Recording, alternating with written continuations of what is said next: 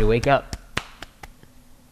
Here we go. Hey everyone, it's Mike Andes, and yet again, I've been dragged out by my producers in the middle of the night to watch a mowing video. Today, we're going to be talking about whether or not you should do contracts for your business. But while you're listening, we're going to have some commentary of this lawn being mowed, but I need you to guess how many minutes did it take to mow the grass, okay? So total minutes with 2 people. So if it was 10 minutes for 2 people, that would be 20 total minutes. Now, from last week's video, you had to guess how much did it cost for the property to be mowed, and the winner of that contest was Matt Sharkey. So Matt, please email us below and you will win a massive package to lawncaremedia.com. Now today we are giving a lifetime access to landscapebusinesscourse.com. It's worth $599. You're gonna get free access if you can just guess how much time it took to mow this grass in minutes. Whoever gets it first is the most accurate will get $599 package to landscapebusinesscourse.com. Without any further delay, let's roll the tape and let's talk about contracts versus charging people by the cut when it comes to mowing grass. All right, so this is Blake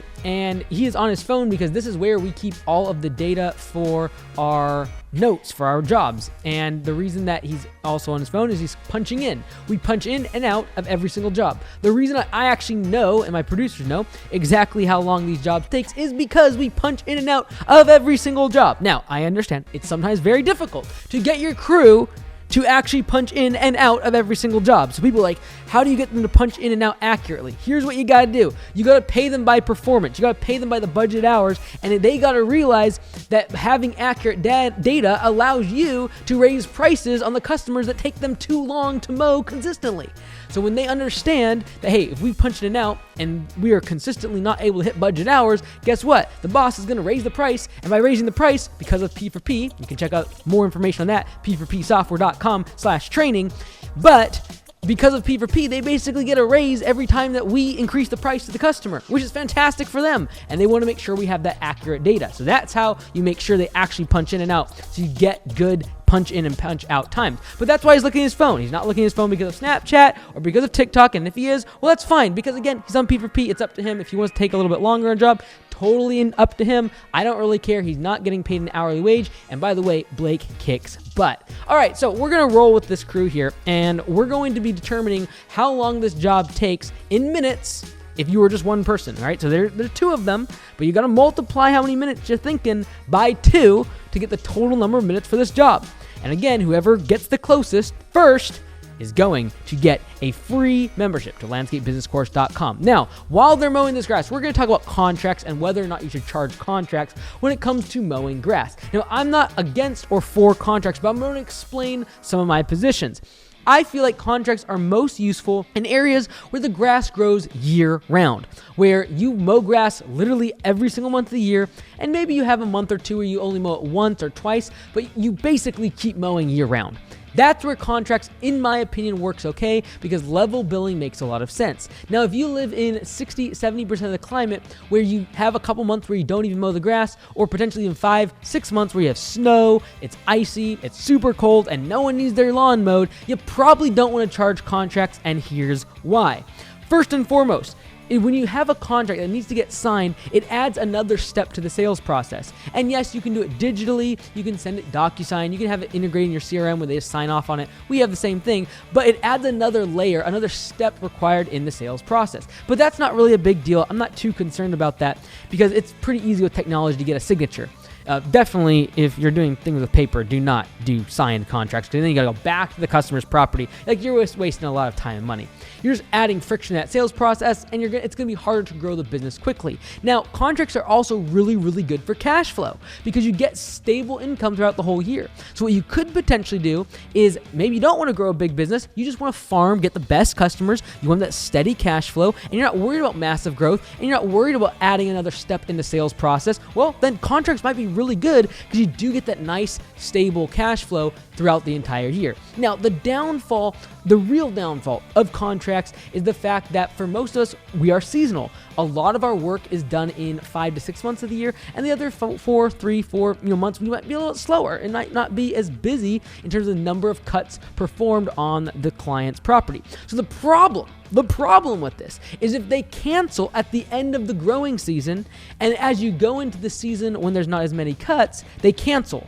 Because if they do that, you've actually performed a bunch of work in the very busy months, and they just don't want to pay. And hey, we're done. Its grass isn't growing. We don't want to keep using your service, and they stop paying. But the problem is, because of level billing, you actually didn't make any money for that growing season when you were going so consistently. Because when it comes to contracts and level billing, you actually make your money in the months when you come less often. That's when the profit is really being made, because you don't have to be there as much. You don't have to be it every single week. You could literally do it every other week, or maybe once a month. And during those months is actually when you can make all of your profit.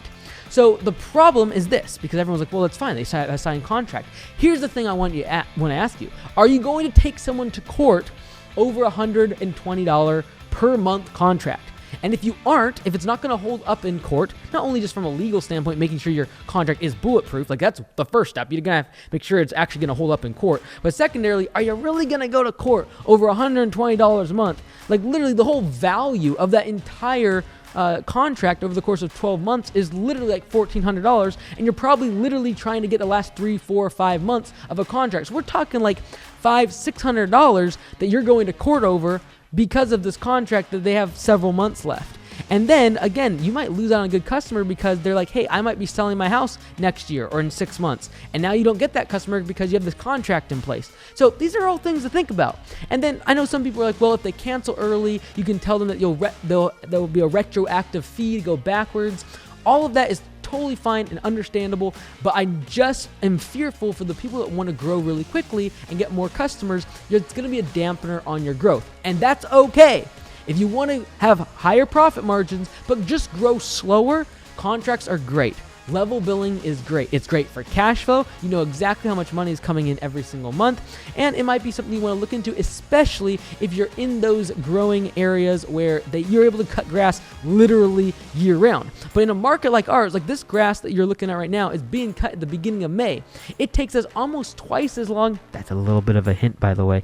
It almost takes us twice as long now compared to in the middle of June, July, August, September, when the grass isn't growing as fast. So if I have to do level billing on these type of months where it literally takes us twice as long, we spend twice as long on the property, well, what if they sell the house? What if they cancel? What if they foreclose on the house and they leave? Like all of a sudden, I'm stuck with having a contract that I haven't actually got any profit on. I did all the work for, but I never got the profit.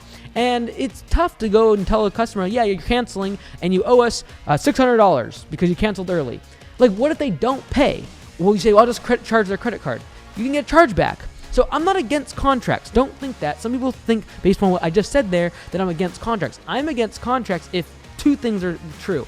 Number one, you're trying to grow very quickly. And number two, if you're in an area where you have a lot of seasonality, like snow for 3 or 4 months, or you don't mow grass for 3-4 months out of the year, that is when I feel like contracts are a little harder to enforce, as well as sell to the customer the fact that you're collecting money from them during months and you didn't show up, and there's snow out in the lawn for 3 or 4 weeks, and you didn't show up, and yet you're charging their credit card.